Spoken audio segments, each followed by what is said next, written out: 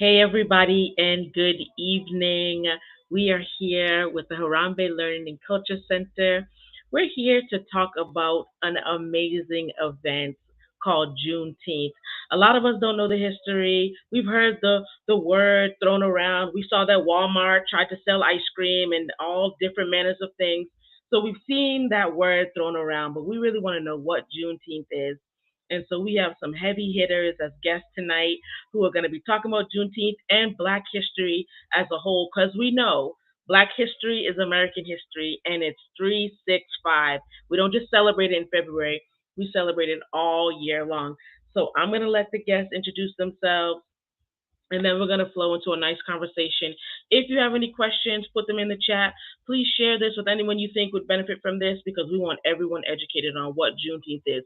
We've seen the banners, people get t shirts, people go to different events. What is the history of it and why should we be celebrating it for real? Not commercialized, but for real. So she's not a guest because she's a part of the Harambee Learning and Culture Center, but I'm going to let my mom introduce herself first and then we'll go on to our next guest.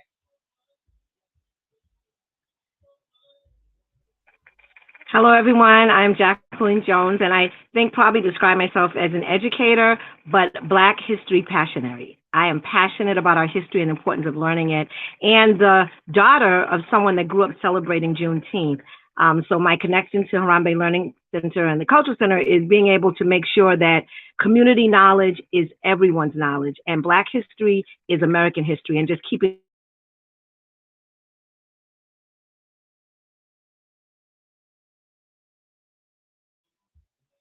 Ooh, looks like we're having a little freezing. That's okay. Whenever she comes back on, we'll let her finish. She looks like she was in the middle of a really good speech. So we'll go right around to Miss Carol. Thank you so much, Stephanie. And I'm sure your mom will come back on roaring to really talk about this important topic. I'm Carol Copeland Thomas. I speak, live, eat, and breathe about diversity, equity, and inclusion.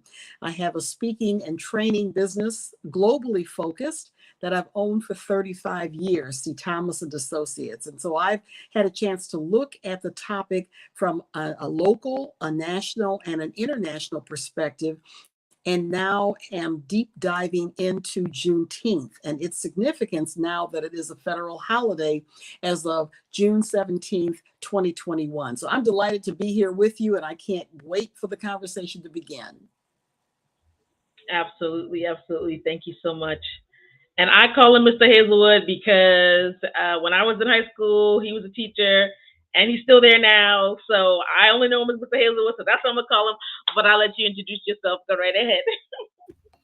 Hello, everyone. It's Greg Hazelwood. Like Steph said, been at the high school now for this is year 20. I teach in the African American History elective, also an AP seminar course.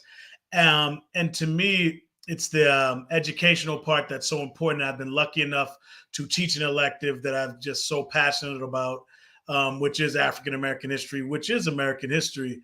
And I just wanted to share quickly just a quote from Annette Gordon Reed, great scholar, legal and actually African American history. And I would suggest people to read The Hemmings of Monticello and her other works. But she has a book actually called Juneteenth. And there's a quote that I share with students and some information.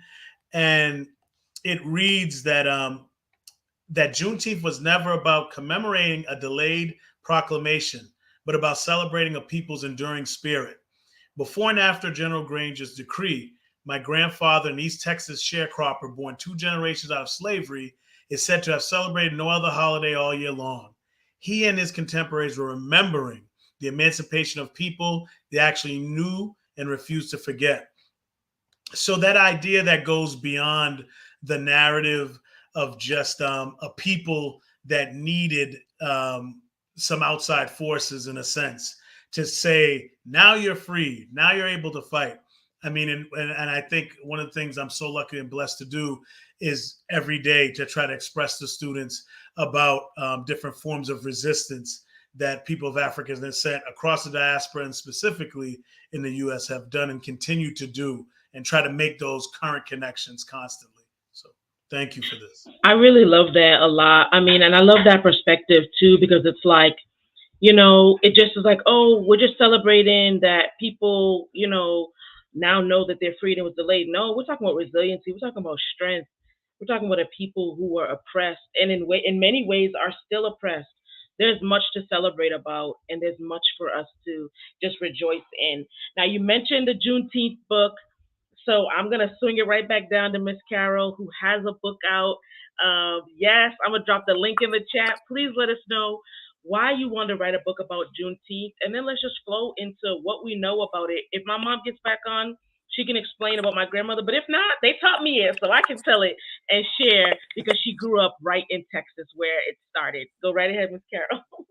The work that I do takes me a lot of different places. I work with large and small clients, and race is definitely a very important, essential discussion point where we spend a lot of time, and we certainly try to look at the perspective of race in the United States.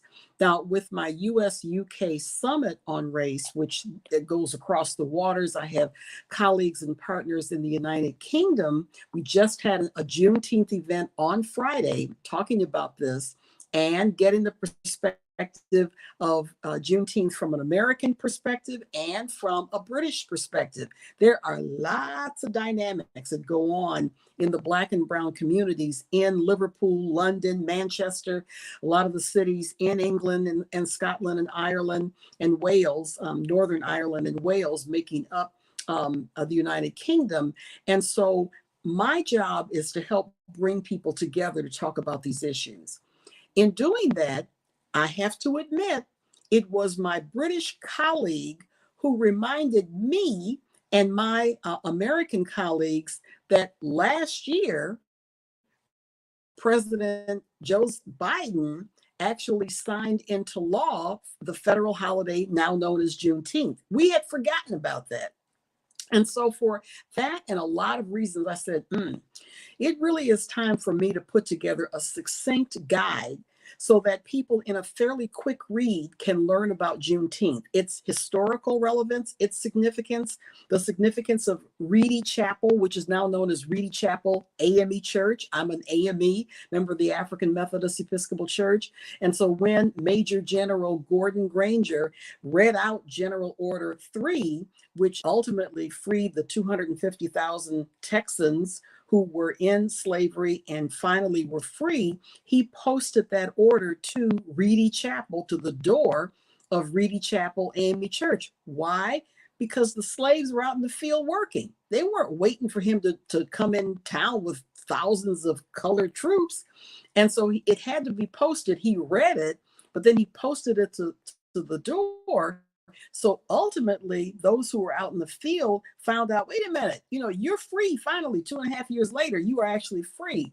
So I wanted to give that narrative and give that story in a way where people could understand its significance, obviously understand the tremendous impact of slavery, what that had on people. And as Greg had said, when they finally realized they were free, it was a huge celebration because they were free. They were resilient, they were tough people, and finally they could become the kind of human beings that we know of as our ancestors. So for a lot of reasons, this will be an opportunity for people to understand the timeline right from June 19th, 1865, right into the present, and why we have all these picnics, barbecues, celebrations around the United States, more so first in Texas, and then ultimately in Massachusetts. I'm from Michigan originally, and we did not celebrate Juneteenth in Michigan. Why?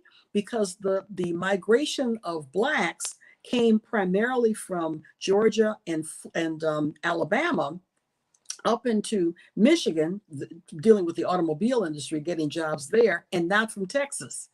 And so the Texans went up, and in many ways, they went west.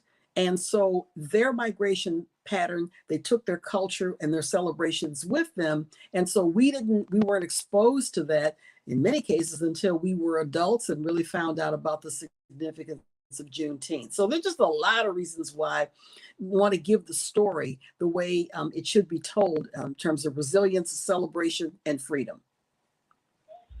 Ooh, man, that was great. That was awesome. Just to hear all that, because a lot of people on Juneteenth go, they do a cookout. You go, you have fun without really understanding the history behind why Mhm. someone is doing this. So to have this history, I think it's so amazing and Right. wonderful. And speaking of history, Mr. Hazelwood, what is that now looking like? We're talking about Black history. Juneteenth is Black history. I mean, there's no way around it. Like, and I even like the perspective of, it's not like everyone was just waiting around for the news. They didn't know it, so they didn't even know what to wait around for. So yes, the celebration comes because news we didn't know, or a news our ancestors didn't know. To hear that, there had to be a great jubilant rejoicing, which is awesome. So I want to speak about it from the historical context. So, Mr. Hazelwood, you're a teacher, in in school and talking about Black history. What does that look like? Is there a trend where people are not really into Black history anymore, or what is that looking like? Like, are people kind of into it, kind of not? Like, how's that looking? You have a younger generation, as your students. So, can you just let us know what that is, please? It's a great question because and I hate to always use, but I let the students know that our history or people of history of African descent, sometimes it's almost like that line graph with so many peaks and valleys. You have positive moments, but unfortunately, you have some tragedy and some points of real degradation, but also just always constantly that fighting back, that resilience that's a key theme. Students coming into the class, you could there's this sense of a spirit where a lot of them were Black Lives Matter. I could say when that hashtag first really started, you had an idea of people kind of being taboo about it, and then but now I'm noticing they're willing to really express themselves as far as yes, Black lives do matter, but even going beyond, and they're talking about ways of resistance, how social media is playing, and instead of combating, sometimes I try to bring it in. So they'll look at different things on TikTok and get these lessons. But from there, I try to make sure that they keep that context, and we look at tons of other sources and just try to not go at it in a superficial type of way. But I'm really giving students credit for this idea, and the term is woke. And I'm part of a generation, like a hip hop generation, where people always talked about knowledge of self, taking a little bit from like 5% Nation and things like that, but you would have a knowledge of self with something that's positive.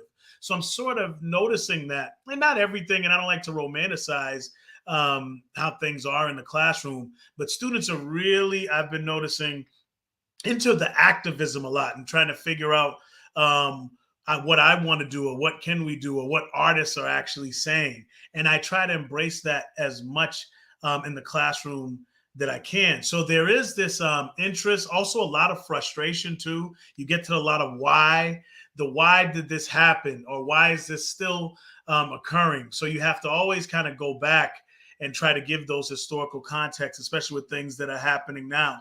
But terms like reparations, colorism, things that probably 15 years or so, you would hear it sporadically, and about hair and everything else, and hair textures and body. I mean, there were some projects that students did, and I do something called a beautiful resistance. I took it from the Boston Globe, the idea, but students come up with something that gives them passion and then connected to someone of African descent. And what I've noticed is, what did one student talked about? Just the whole idea of body and body shaming and different things like that, and different types of poetry and art. So there's really a thirst, but with that thirst, there is a lot of frustration also because they're wanting to even see a little bit more, and they're really shocked at a lot of things because I get them as seniors. So they're like, why couldn't I have gotten this a little bit earlier as a structure in the classroom? So I hope that answered it a little bit. I don't want to take too much time. I tend to get long-winded, and those students will tell me that. So that's why it's good that I have a mute to mute myself. But yeah, so that's just a No, little bit of how yeah, it's Can I, been can so I pick far in up the on last what few Greg years. has said?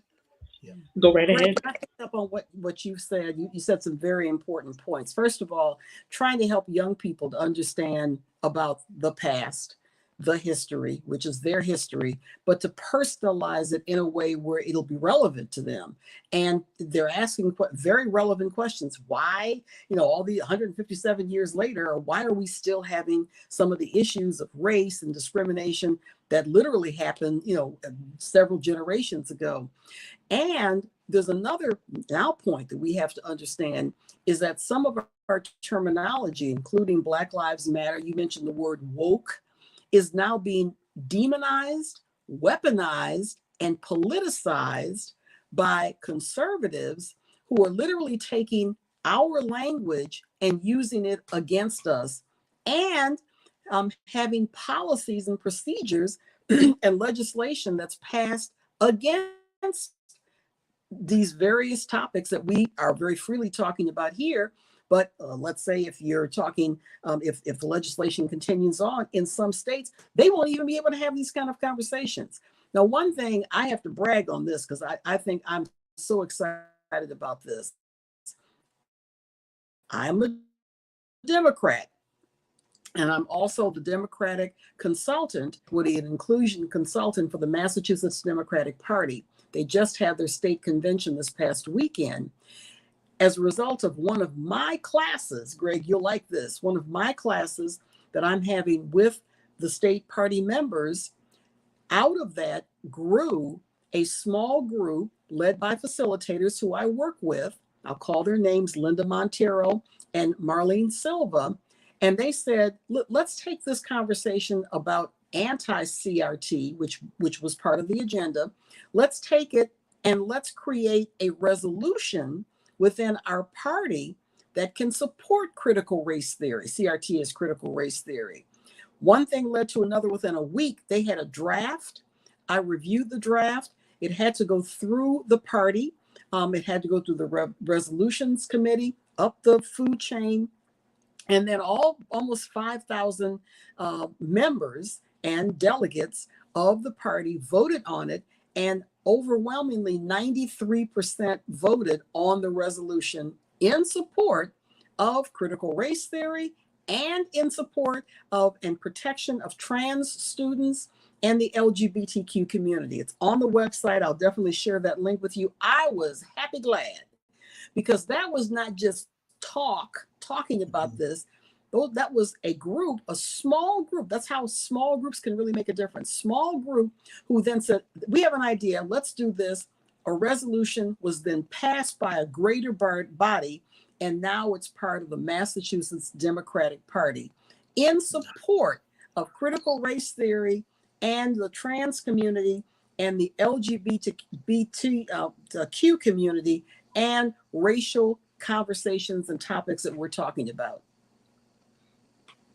Can I jump in, Steph, quickly? Yeah. And just say, Carol, I think that's phenomenal, because what I try to do, especially with the students, so they could see these tangible templates that are there. And because, it's the grandiose ideas of just voting, which is so key. But just like you're saying, and I think those lessons are so key, small group getting together, actually putting their minds together, and challenges with that. Let them know that it's not an easy thing, and sometimes the unpopular thing is something that you might feel backlash, but if you feel passionate about it and can get a group together, I think that's so key. And love to see that. It was about timing, and it moved very quickly. So obviously it was a friendly crowd, obviously, but they realized that we had to move beyond just conversation, that there had to be, to fight all this legislation that's taking place in Florida, in Texas, in Tennessee, and other places, that to confront it,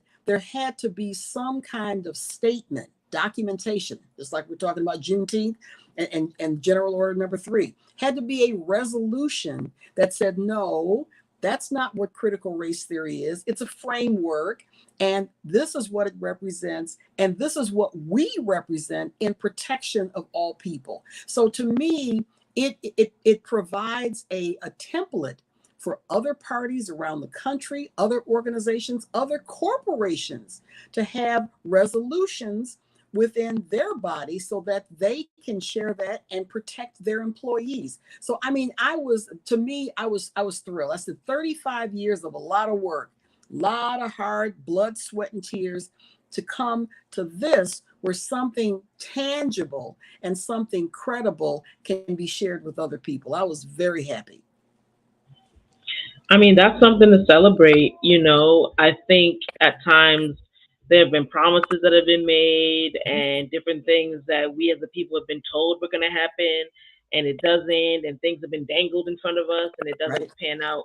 To right. actually have something tangible to say, wow, this is something that's going to really assist and help with all the efforts, that's something to Mhm, celebrate.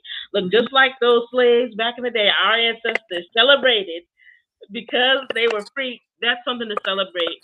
And really, while we're just talking about celebrating, I feel like, while we're eating our hot dogs and hamburgers and our potato salad and all that, that we remember that we are celebrating, a level of freedom that Mhm. we are still fighting for today. And you brought up critical race theory. I mean, there's no way we can talk about Black history or Juneteenth or anything to do with our past history without mentioning that. Mhm. And I love that you brought it up in that way. Right. So many wrong things are going on about it, or so many wrong tidbits and so much wrong information is out about it. To Mhm. have the truth start coming out is what exactly we need.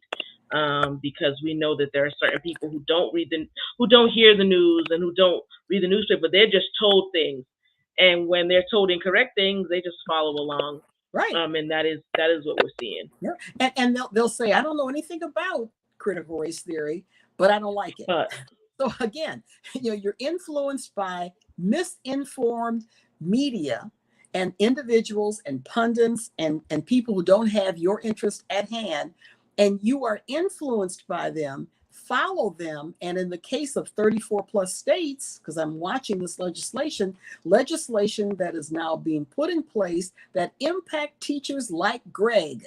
So that Greg, your class, you're talking about African American history, if you're talking about kindergarten to third grade, you could not, as of next month, you can't even teach your subject in Florida. Now, that makes no sense at all. But that is what has happened in the state of Florida, where they have restricted teachers. They're talking about suing teachers, firing teachers.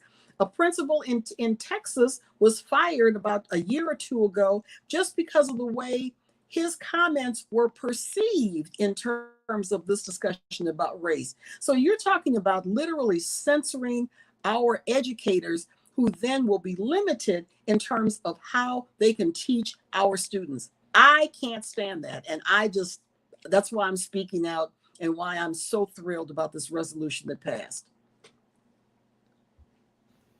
It's a great point because I'm in a situation where I've been doing the scholarship for a while, and I'm in a position where I don't bite my tongue.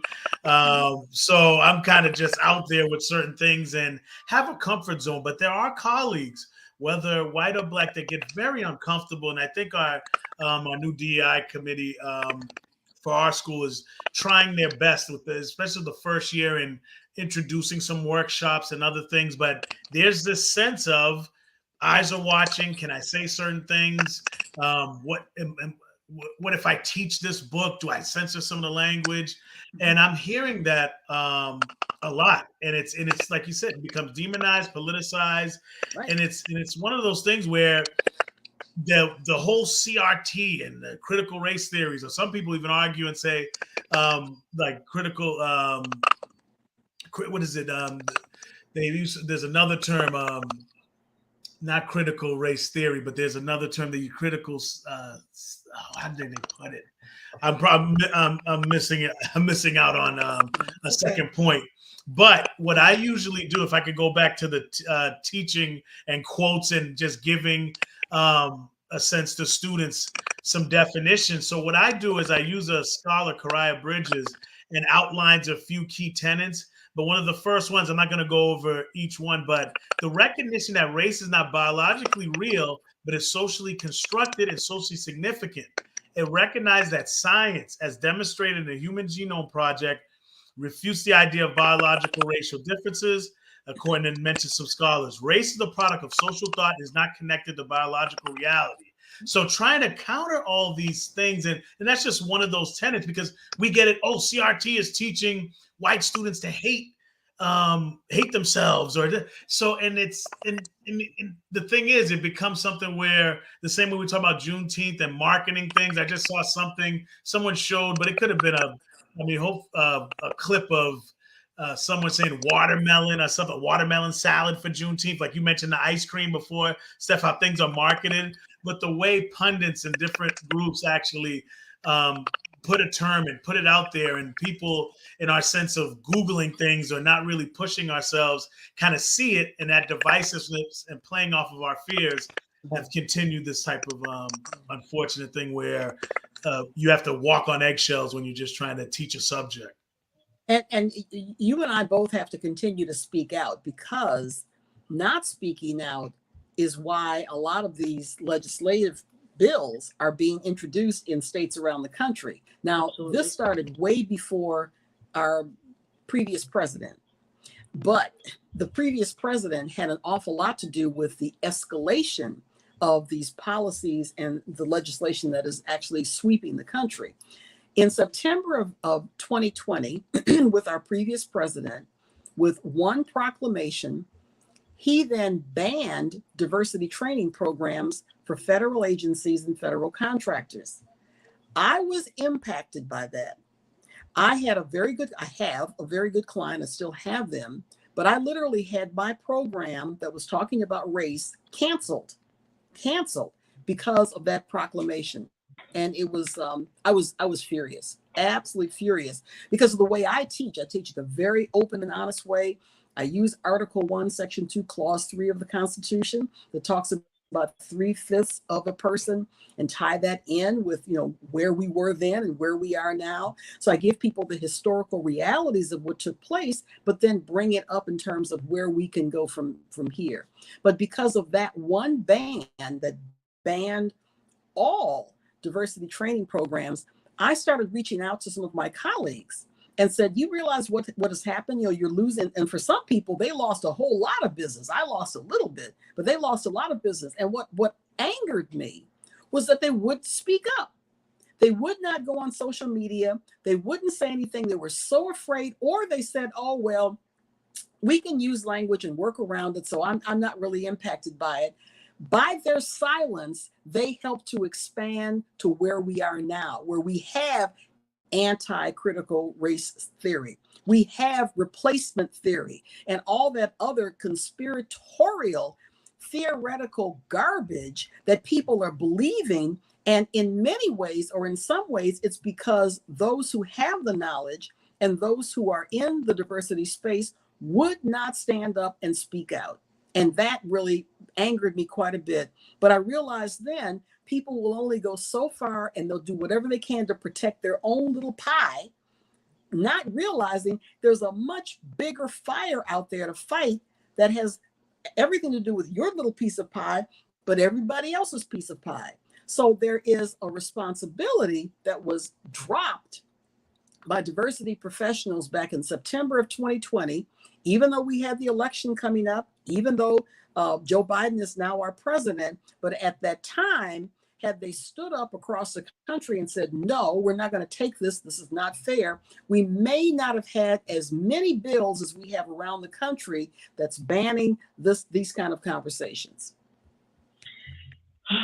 And that's such important history to know. I mean, it's maddening because, as you're saying, like, the people who need to speak up are the ones who are afraid. I mean, of course, afraid to lose your job, afraid to lose your business, afraid to lose everything. But then you start asking yourself, well, what is worth losing all that? When is it going to say, all right, I am going to put a line here in the sand and they can't cross that, or I'm going to take a stand. I'm going to stand up and speak out. And we know that when one person speaks out, that usually encourages a lot more people to speak out, and they get the empowerment as well.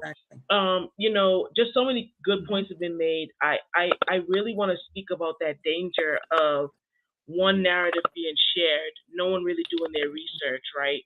So everyone is just so used to just being fed information, whether it be on social media, in different places, and no one is actually doing their real research. So the importance that you both play in current society, right, where we're talking about teachers and those who share history to make sure that it never dies and that it's accurate. Um, I'm thinking of like people who have fought, bled, and died, right, for us to be able to live and for us to be able to be free. And I really, and just tying it all back into Juneteenth, I really feel like that's what the celebration is for.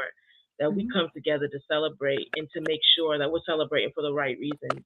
Right. I know my mom, she had asked someone, um, oh, why do you go celebrate Juneteenth in Franklin Park? And they're like, oh, it's just like a family reunion, and this is when we get together. She's like, oh, like flabbergasted, like not people not really knowing the real history and not really knowing what's going on and why we celebrate it, right? It's like going to someone's birthday party. You don't know the person, you just know it's a party, and you're just gonna go. But it's so important for us to have that history and that knowledge, so that when we celebrate, when we're together in unity, having fun, that we know that we're celebrating true freedom and that we have to do everything in our power to maintain that freedom. And, I and appreciate. Please. Yeah, and Stephanie, that's why I wrote the guidebook. Mm, That's why I think it's important, because I think if people have the knowledge, if they understand how impactful and how powerful Juneteenth is, the fact that the resilience of slaves who should have been freed after June 1st, 1863, and for powers to be, they were not in power. Their owners would not release them. And it was not just Texas. There were other states. There was a county in Florida where the slaves were not freed until after the war, after the Civil War had ended. So there are other places. The Seminoles, there were Seminoles who owned slaves, and they weren't freed until after June 19th, 1865. So I'm sure that Brother Greg could give you that kind of information. So just think about the various stages of freedom and what it took to get people finally free in this country, and then to uh, build a family, start a family, take care of your family, feed your family, make enough money as a sharecropper or someone who's trying to take care of a trade in the midst of first Reconstruction, but then Jim Crow and just awful kind of discriminatory practices, but just to move through that and to still be proud as individuals. When you tie the history, when you know the history with what happened, then you can really celebrate and bring your barbecue on, your fish fries on, your music on, all that stuff, because then you know why you're celebrating. that's so so so important. Mr. Hazelwood, can you just speak to? I want to kind of go back a little bit. You mentioned that students sometimes were upset, that they didn't know this history before or why certain things are moving quicker. Can you just kind of speak to that? Because while we're celebrating, right, it's happy, it's a joyous occasion, but there's still a lot of work to be done. And so if you could just, kind of speak to that and more on what the young folks are thinking about all this. And do you speak about Juneteenth in your classes? Yes, the class is a semester class, so it's very, very short as far as time period. So I try my best to always try to give a good, it's 2 quarters, so the semester. So say for example, in first quarter, do a lot with the African connection to just have that understanding. Then we build to, okay, where did people end up? What did they bring with them? What are some of the key issues of today? And what ends up happening, there's so many current events that end up occurring, whether it's Ketanji Brown Jackson, the Supreme Court. Like I have a FYI, because since we use Schoology now, I have an FYI page. So I do a for your information page of anything that happens, and even things that they have that's current, but we don't get a chance to really talk about, but it's there in their folders. So as far as students in the kind of the frustrations of not knowing, or also there's this thing of not just the not knowing, but just the stories of knowing. So for example, it's just about the 54th Regiment, for example, when we talk about the Civil War, and maybe it's just the film Glory for some of them, but then I'll try to mention Susie King Taylor. I try to mention all the other voices and troops and different folks, and try to always gauge it to local connections. So trying to bring that home and trying to add as much as I can to the story, because a lot of times there might be something there, but things get neglected a lot. So they understand, okay, I've seen that Till image and other things, but all right, but what about the court case afterwards? What about Mamie Till Bradley? What about some of the things that we could talk about pop culture wise that's letting us know about this unfortunate event? Now people try to strive and try. So it's almost like throughout the course, it's these puzzle pieces that you try to fit in or add to whatever story. And I'm dealing with groups that are across the diaspora. So folks from the Caribbean, folks from the continent, the islands off the continents, Cape Verde, Haitian, African American. So my background is interesting. My mother's Haitian. My father was African American, born in Virginia, oldest of 10. So it's interesting when I talk to the students, because they get shocked when they hear the Haitian Creole. But then I also talk about some of my African American cousins that lived with me and my grandmother that knew how to speak Haitian Creole. So kind of having that duality sort of helps a lot. And a lot of them too see, oh, okay, this is what this word means in the US and why it has this meaning, like the infamous N word, and getting into some of that discussion about it. But I've noticed there is a passion. There is something where they want to just see, they want to do that idea of resistance and activism, but a lot of times there is that frustration. There is that coming off of a pandemic, especially this year, and figuring out how to cope with certain things, and still seeing and hearing about whether it's the George Floyd situation and Derek Chauvin, the Emmett Till lynching act that was signed. We keep up with that and look at it. But I try my best to make sure that there isn't anything as triggering. And I've learned that a lot. And that's been seemed like an issue that's happening. So that trying to find that balance too with the stories is so important. That part can definitely be something that we see more of, the fact of a knee on the neck only, but actually what's coming out of that, or how can we how their voices were so key during that time period. And it's a difficult balance sometimes in a semester course and only an hour a day, but we try to do our best with it. Hopefully that kind of answered some stuff. Oh yeah, listen, it's great. It's awesome. You know what, I wanted to ask. Both of you are in very heavy work, right? You have to constantly talk about some of the injustices that have happened, not just here in this country, but everywhere, right? How do you both balance that? So I have to tie everything back to Juneteenth. We're celebrating Juneteenth, right? That people were free, but you can't be free unless you were enslaved in something. Sometimes that's really tough to think about and talk about. How do you both maintain that balance of talking about very deep and heavy things and having to teach it, and then you still have to live your own lives with your own families and operate and function? That can be oppressive at times. For anyone listening, for anyone tuning in, us as a people, we have to balance, right? We went through two pandemics. One of the body like this, physical and sick, and we went through a racial one as well. We're still dealing with that. If you both could kind of speak to some of that balance, please, that would be awesome.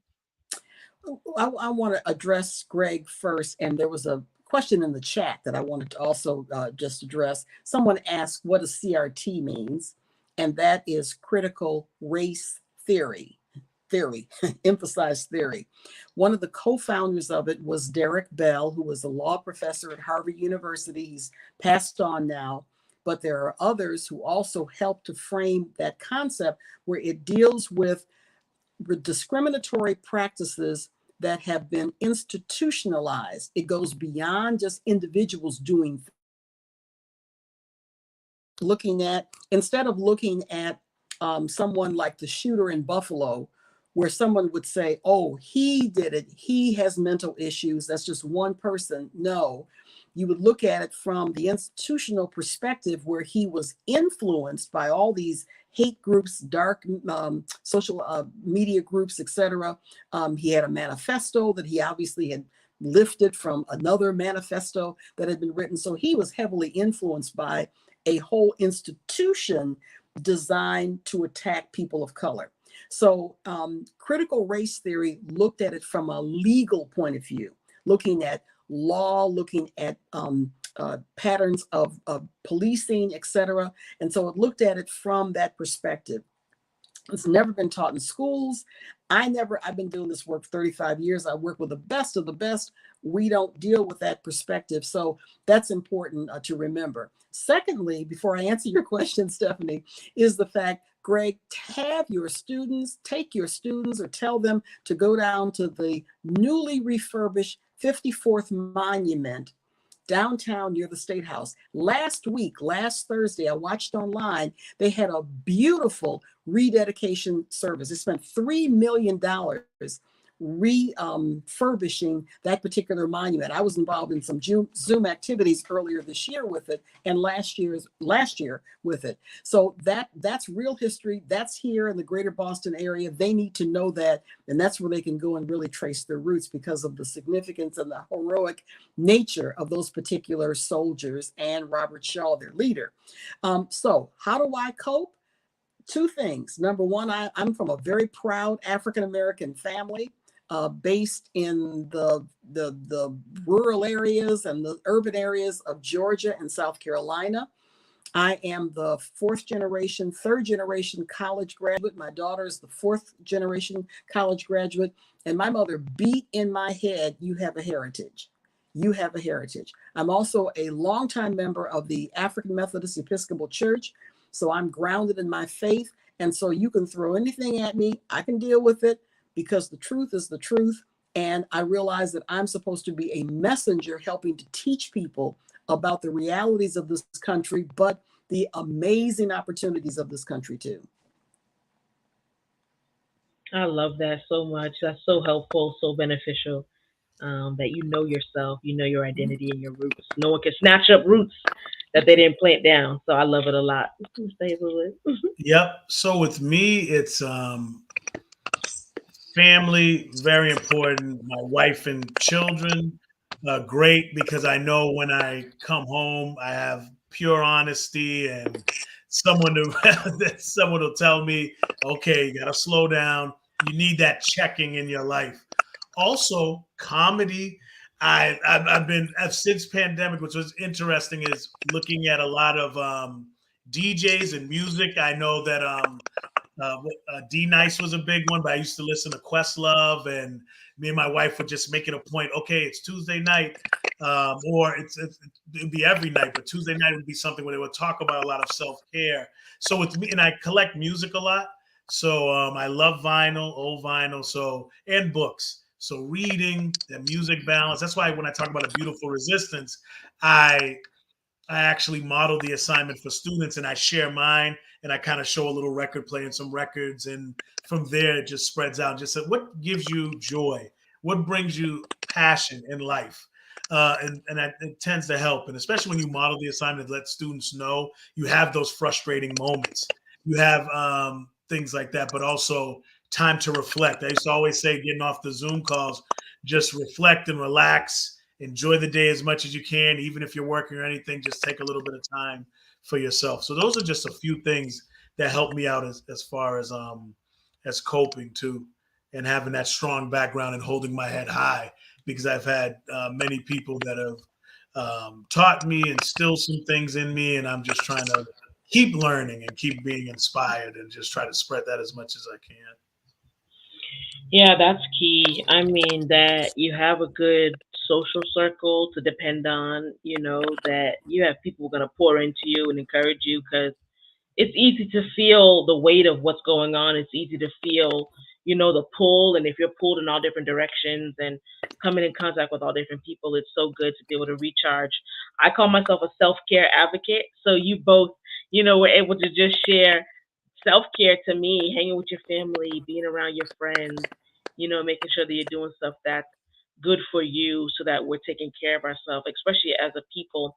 So I want to ask, what are you both doing for Juneteenth? And then I'm going to talk about the event that Harambee Learning Culture Center is doing. What are your plans for Juneteenth? What is on the menu? I'll start on the 18th. I will be at Franklin Park celebrating. I'll have my Rasan Hall shirt on, celebrating Rasan Hall, who is running for Plymouth County District Attorney. I'm supporting him heavily. I'll hang out with my Delta sisters. We'll probably have a table out there. We had a tent out there in 2019. It was big fun, soror. But I mean, all the sororities and fraternities out there, all those civic groups as well. So have a great time there.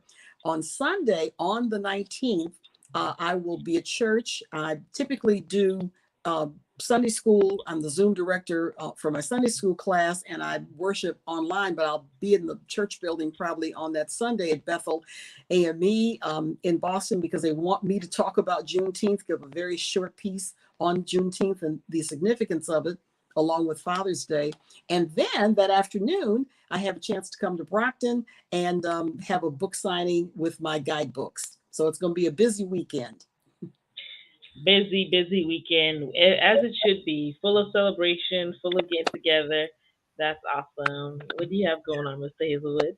Well, yeah, with me, it probably usually sometimes it'll be trying to make it to Franklin Park on the 18th, because that's where I remembered it, especially with my father. But it was more of the celebratory, and then growing, and then starting once my formative years, starting to learn. Okay, this is what it's about.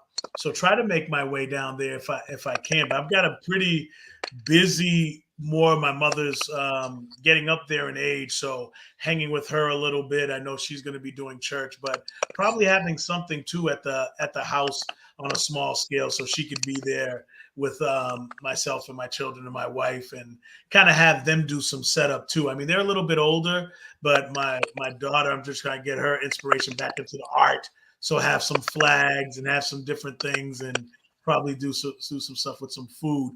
Unfortunately, I won't be able to make the 19th event at Brockton. I know last year I had an opportunity to read, but this year is going to be tough on Father's Day too, because they snatched me up and kind of surprised me. So they already told me. So Right. They kidnapped you already. And you know what? We just want people to celebrate, which is awesome that we're coming together and able to do so many things. I'm thinking like it's Father's Day and Juneteenth. So I know Harambee Learning Culture Center that we're doing an event. We're having Juneteenth right on the 19th. A lot of us plan on going the 18th to Franklin Park, but we are having our event on the 19th from 2 to 4 at Brockton City Hall Plaza. And we're saying we're honoring the kings, right? So we know it's Father's Day. We get it. It's a clash. But we want to make sure that we're doing things to honor the fathers, the kings in our life, who are the pillars of the family and the community and the neighborhood. We want to make sure to do that. And you can't have Juneteenth without some good music, some good food, good laughter, and just celebrating. We're going to have poetry. I'm just going to put the banner up. We're going to have poetry. We're going to have singing. And it's just going to be a celebratory weekend because we don't want this to ever fade. When my grandmother came up here from Texas, she was shocked that people did not celebrate Juneteenth. I mean, she's used to celebrating it, right? Like it was just such a big thing in her community, in her neighborhood. And so she was around June, she was getting ready to start preparing and getting ready, and no one was celebrating. And she's like, oh, wow. So it's so awesome that there are things going on, that there are celebrations happening. And it is our responsibility to let people know the true history of Juneteenth, why we celebrate, why we need to continue to celebrate. Because if we are silent, and you were saying this, Sora Carol, if we who know the truth are silent, those who don't know the truth will be loud. And people usually listen to the loudest people in the room, right? No matter what, right? So we do have the commercialization of it, right? Where everyone's selling something now. We knew that would happen, right? When it became a federal holiday, we knew there'd be a Juneteenth mattress sale and all type of things going on, and 15% off for Juneteenth. yes, it is disrespectful to what's going on. We just know the country and space and society that we live in, but it's up to us who the blood of the ancestors who were freed on that time. It runs through our veins. So it's up to us to continue that tradition on. Look, we're about to wrap up. I want to say thank you, thank you, thank you to you both. You have been awesome and amazing, dropping gems, giving us new insight. I want to give you both the opportunity just to have some final closing words about anything, about Black History, about, of course, about Juneteenth. But what do you want the people to know, and what do you really want the people to take away from, on top of all the amazing things that you've already said? I'm interested in your listeners, your watchers, learning about Juneteenth, learning about history, as you said, and I say it all the time, Black history is American history. If you're interested in the guidebook, you can go to explorejuneteenth.com, explorejuneteenth.com, and pick up a copy for yourself and someone else so that you can share it in your communities. Absolutely. And I'm going to drop that link, explorejuneteenth.com. I'm going to drop that link, and people will be able to post it and share it. Yeah. And really pick up a copy. Everybody listening, we bought 4. Okay, there's a Juneteenth special going on, so go ahead and get you your books. Okay, we bought 4 right off the bat. Like, oh, we got to get this. It's a great companion guide. And this is it right here. That's the link up Thank there. you. So it's in the chat. Click on that link. Support that. So we can make sure that we have the actual accurate history of what's going on. Mr. Hazelwood, what are your? Oh yes, thank you, and definitely, Carol. Just feel free to keep in touch somehow because I don't know how much funds are very tight, but I know our department could use at least a class set of your book, so there'll be some connection. I know there's some kind of turnover as far as department heads, but I will definitely keep that in mind so I can let them know, and then they can contact you because it's one of those things where we actually bought we have some sets of some books that we're buying, and there are textbooks, but we need these type of guidebooks and other things for students. So I'll definitely make sure to keep that in mind, and we'll touch base on that because we need to spread it as much as we can, and it just shouldn't be delegated just to my African American history class. And just any just closing thoughts.